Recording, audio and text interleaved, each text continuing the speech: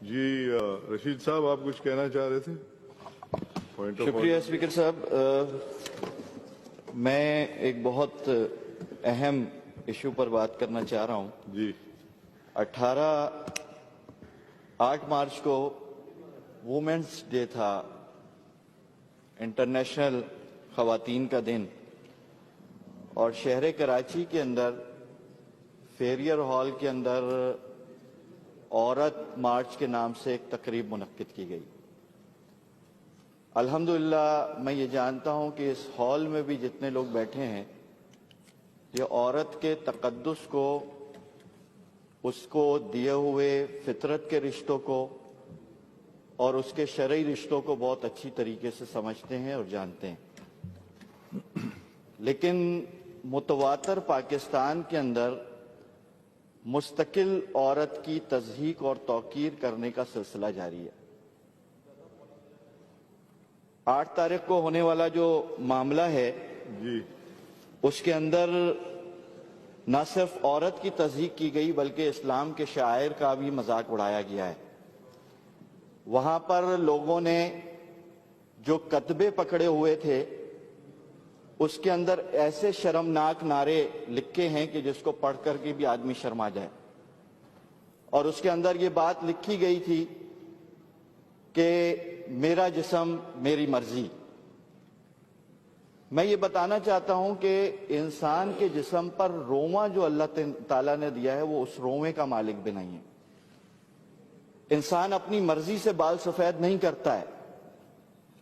انسان اپنی مرضی کے مطابق زندگی کی سانسیں نہیں لیتا ہے. ہم اللہ رب العالمین کی دی ہوئی ملکیت ہیں اور بطور مسلمان اس نے ہر زندگی کے ساتھ کچھ حدود کا تعین کیا ہے. پیدائش سے وفات تک، صحت اور بیماری، بہت سارے عنوانات ہیں. لیکن میری سمجھ میں یہ نہیں آ رہا کہ مدینہ جیسی فلاحی ریاست کا نعرہ لگانے کے بعد حکومتیں بنتی ہیں. گزشتہ برس پہلی بار کراچی کی سی وی یو پر 31 دسمبر کو جو بے حیائی کی گئی ہے، پاکستان کی تاریخ کے اندر سی وی یو پر بے حیائی نہیں ہوئی. اور لوگوں نے وفاقی حکومت کے پرچم اپنے جسم پر لپیٹ لیے تھے اور کپڑے اتار لیے تھے. لیکن میں آپ کو اس موقع پر یہ بات میں آپ تمام لوگوں سے بہت دل کی گہرائیوں سے یہ درخواست کر رہا ہوں کہ مسلمانوں کا اگر خاندانی نظام نہیں بچے گا تو ملک کے اندر نہ کسی کی سیاست بچے گی، نہ کوئی اور کلچر بچے گا. ہم میں سے کوئی اس بات کو پسند کرنے کے لیے تیار نہیں ہے کہ ہماری ماں بیٹیاں سڑکوں پر ان قدموں کے ساتھ آئیں کہ کھانا میں گرم کر رہی ہوں، بستر تم گرم کرو. یعنی اتنے شرمناک نعرے. میں انہی لیڈیز کی توقیر اور تقدس کے لیے، دیکھیں اس وقت مسئلہ یہ ہے کہ ہم سب کو کردار ادا کرنا ہے. اگر ہم ان چیزوں کے اوپر آنکھیں بند کر کے رکھیں گے اور یہ سلسلہ چلتا رہے گا تو اس کے نتیجے میں حدود سے چیزیں تجاوز کر جائیں گی. میں آپ سے گزارش کر رہا ہوں، میں وزیر اعلیٰ سندھ سے گزارش کر رہا ہوں کہ نظریہ پاکستان اور بیانیہ پاکستان کے اندر اور آرٹیکل کے اندر ایسی چیزوں کی کوئی گنجائش نہیں ہے. تو اس طرح کی سرگرمیوں کی اجازت شہروں میں انعقاد کی دیتا کون ہے؟ کیوں نہیں کارروائی ہوتی؟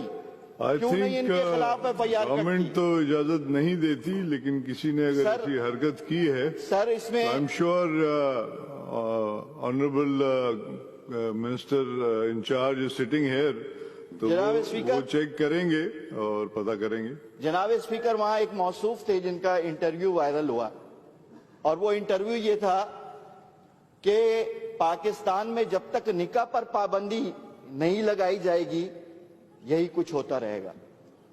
یعنی نکاح پر پابندی لگانے کی بات ہو رہی ہے. یہ پاکستان ہے جو کلمہ لا الہ الا اللہ محمد رسول اللہ کی بنیاد پر بنایا گیا ہے. یہ وہ پاکستان ہے جس کی پارلیمنٹ کے اوپر لا الہ الا اللہ محمد رسول اللہ لکھا ہوتا ہے. یہ وہ پاکستان ہے کہ جس کی اسمبلیاں تلاوت سے شروع ہوتی ہیں اور دعاؤں میں لوگوں کو یاد کیا جاتا ہے.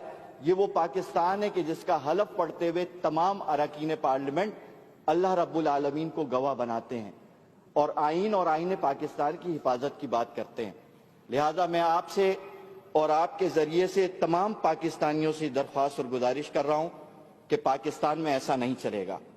عورت کے رشتے ہیں ماں، بہن، بیٹی، اور پھر اس کو ایک شرعی رشتہ بیوی کی حیثیت سے ملا ہے۔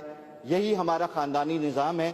عورت کی ترقی کی بات ضرور کرنی چاہیے، اس کی تعلیم کی اور صحت کی اور اس کی ضروریات کی بات ضرور کرنی چاہیے، لیکن عورت کو اس طرح سڑک پر لا کر کے اس کی تذلیل کرنے کی ہم مذمت کرتے ہیں، اور میں اس پورے عمل کے خلاف اپلیکیشن تھانے میں بھی دوں گا اور آئین کو استعمال کرتے ہوئے ان لوگوں کے خلاف FIR کٹواؤں گا۔ میں حکومت سندھ سے اس معاملے میں تعاون حاصل کرنا چاہتا ہوں۔ میں امید رکھتا ہوں کہ نظریہ پاکستان اور قوانین پاکستان کے مطابق آپ حضرات میرے ساتھ تعاون